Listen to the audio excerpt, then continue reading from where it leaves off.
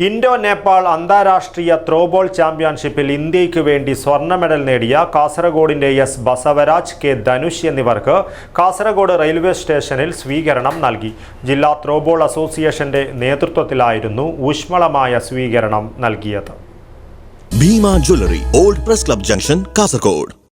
നേപ്പാളിൽ നടന്ന Indo Nepal അന്താരാഷ്ട്രീയ throwball ചാമ്പ്യൻഷിപ്പിൽ ഇന്ത്യയ്ക്ക് വേണ്ടി സ്വർണ്ണ മെഡൽ നേടിയ കാസർഗോഡിന്റെ താരങ്ങളായ എസ് ബസവരാജ്, കെ ധനുഷ് എന്നിവർക്ക് കാസർഗോഡ് റെയിൽവേ സ്റ്റേഷനിൽ ജില്ലാ ത്രോബോൾ അസോസിയേഷന്റെ നേതൃത്വത്തിൽ സ്വീകരണം നൽകി. ത്രോബോൾ അസോസിയേഷൻ സംസ്ഥാന വൈസ് പ്രസിഡന്റ് GR ശശികാന്ത്, ജില്ലാ പ്രസിഡന്റ് കെ സൂര്യനാരായണ ഭട്ട്, ജില്ലാ secretary PH Santhosh Kumar, Podippala Sri Bhagavathi arts and sports club അംഗങ്ങൾ, ശ്രീ ചീരുമ്പ ഭഗവതി സേവാ സമിതി അംഗം കെ രാജേഷ്, ഹരീഷ് ഗോസാഡ, ശശിധര തെക്കേമൂല, P ജനാർദ്ദനൻ എന്നിവർ സ്വീകരണത്തിന് നേതൃത്വം നൽകി.